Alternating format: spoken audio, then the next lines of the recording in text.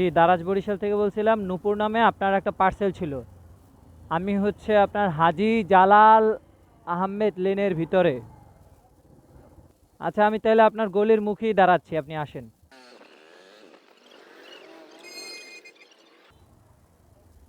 439।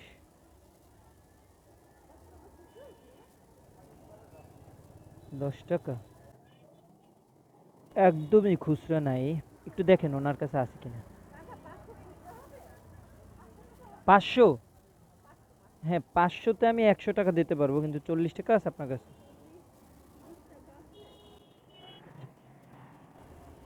40 টাকা দিলি হয়। কাস্টমার যদি বলে যে আপনি 1 ঘন্টা পর আসেন, তাতেও সমস্যা না, কিন্তু যদি অপেক্ষা করা ওইটা একটু বিরক্ত লাগে। না, বুঝছি, হ্যাঁ হ্যাঁ। কোন জায়গায়? ও, এই জন্য জাম পড়ে আসলে। কি বাইক নাকি? আল্লাহ।